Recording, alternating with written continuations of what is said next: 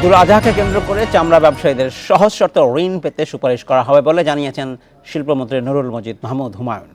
এজন্য বাংলাদেশ ব্যাংককে চিঠি দেওয়া হবে বলেও তিনি জানান।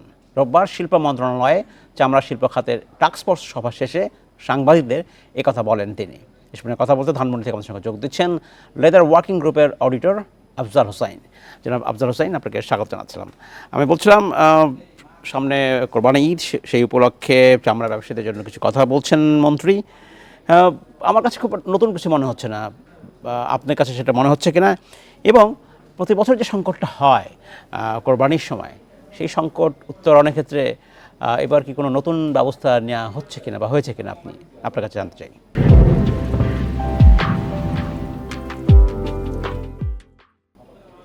আমার দর্শকদেরকে ধন্যবাদ, আপনাকে শুভ সন্ধ্যা। জাহিদি ভাই, প্রশ্ন আপনি করেছেন, উত্তর আপনি দিয়ে দিয়েছেন।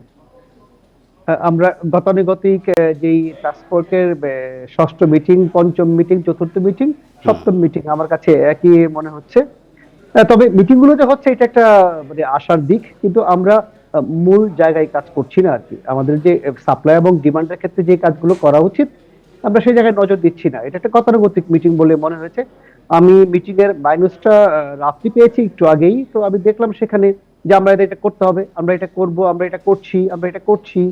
তো আমার কাছে আশা হত হওয়ার মতো তেমন কোনো বা আশা, আমি আমি কনফিউজ যে আসলে আমরা কি নিয়ে কাজ করছি আর কি। 2017 সালে আমরা ওখান থেকে সরে গেলাম, তারপর থেকে আজকে পর্যন্ত আমরা অনেকগুলো মিটিং করেছি, মিটিং এর এজেন্ডা আছে, কিন্তু আমরা খুব বেশি পরিমাণ যে সামনের দিকে যাচ্ছি আমার কাছে সেরকম মনে হচ্ছে না। আরেকটি বিষয় আপনার কাছে জানতে চাচ্ছিলাম যে বাংলাদেশি চামড়ার ন্যায্য মূল্য পাওয়া যাচ্ছে না। তার একটা বড় কারণ হচ্ছে সাভারে যে ট্যানারি শিল্পনগরী গড়ে তোলা হয়েছে সেটা পুরোপুরি কাজ হয়নি, এবং স্বাভাবিকভাবে যে কমপ্লায়েন্স মানার কথা সেটা মানা হচ্ছে না। এখন 2017 সালে যখন এটা চালু হলো বা যখন এটা এখান হাজারীবাগ থেকে সেখানে সরিয়ে নেওয়া হলো, তারপর থেকে কিন্তু প্রতি বছর ঈদের সময় আমরা এই আলোচনা করি, কিন্তু সংকটের সমাধান হয়নি। এটা হচ্ছে মূল সংকট। আমি যদি বলি এই মুহূর্তে বাংলাদেশ চামড়া শিল্পের, সে বিষয়ে কোনো অগ্রগতি আছে?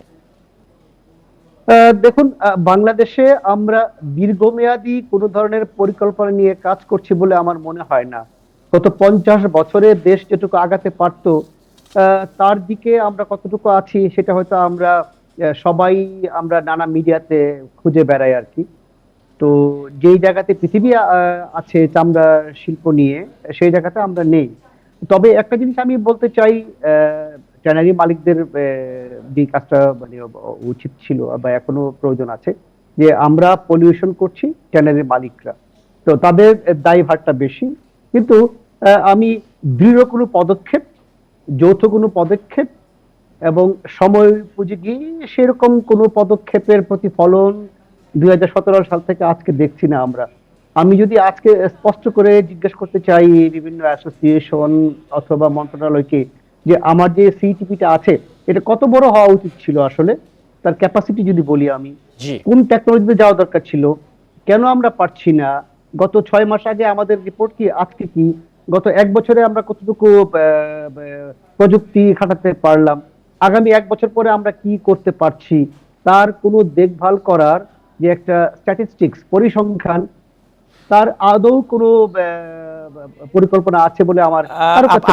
আপনি বলছিলেন যে মূলত ট্যানারি মালিকরাই দায়ভার নিতে হবে, কারণ যে হারে দূষণ ছড়াচ্ছে এবং যেহেতু ন্যায়সঙ্গতভাবে পরিশোধন করা হচ্ছে না, সেক্ষেত্রে দামও বিশ্ববাজারে দামও পাওয়া যাচ্ছে না বাংলাদেশি চামড়ার। কেন সরকারকেই একটি ইটিপি সেন্ট্রাল অথবা সেন্ট্রাল ইফ্লুয়েন্ট ট্রিটমেন্ট প্ল্যান করতে হবে? কেন প্রতিষ্ঠানগুলো নিজেরাই কয়েকজন মিলে বা একা একাই কেন এই কাজটি করতে পারছেন না? কারণ এই কাজটি করলে তো তার পণ্যের মূল্য বেড়ে যাচ্ছে কয়েক গুণ। সংকট কোথায় আসলে?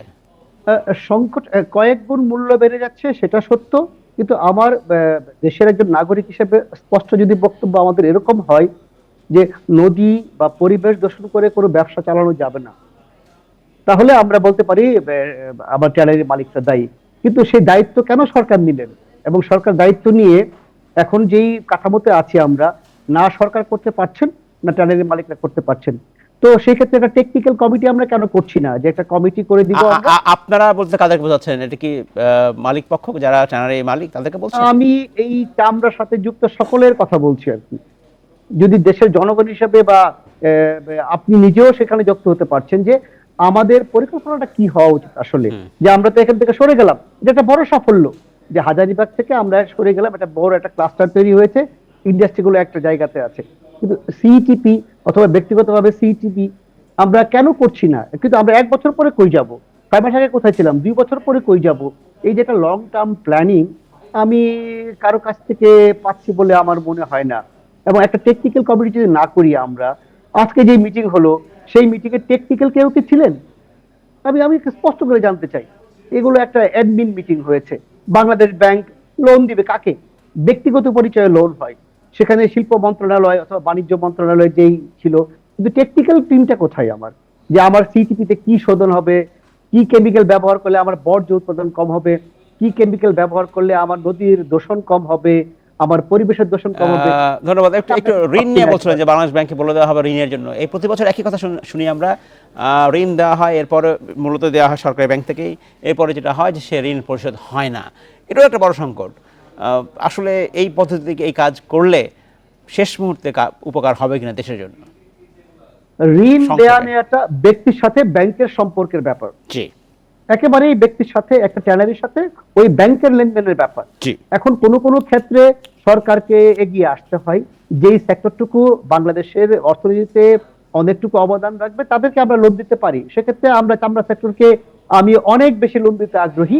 But at the same time আমি যদি বলি, সেই ঋণ আদায়ের ক্ষেত্রে জবাবদিহিতা, এখন এই নিয়ে আমরা খুব বেশি কথা বলতে পারছি না। কারণ কি, অনেকগুলো এই ঋণ, কুঋণ, সুঋণ, অবলোকন ঋণ, এই অনেকগুলো শব্দ আছে। কিন্তু ট্যানারি ক্ষেত্রে আমি যেটা বলবো, আমি ঋণ দিতে অত্যন্ত আগ্রহী। কারণ কি, আমরা এই ট্যানারির মালিকরাই কিন্তু আপনার পচা চামড়াটাকে $1.2 বিলিয়ন অ্যাটলিস্ট সরকারকে দিচ্ছে। এই রাজস্ব আয়টুকু, এই বৈদেশিক মুদ্রাটুকু আমাদের অর্থনীতির জন্য এই মুহূর্তে এছাড়া আমার কোনো বিকল্প নেই।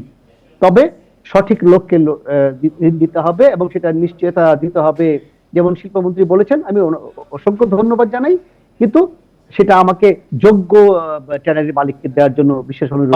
অসংখ্য ধন্যবাদ। আমাকে শেষ করতে হচ্ছে। জনাব আফজাল হোসেন, আবারও হয়তো কখন আপনার সাথে কথা হবে।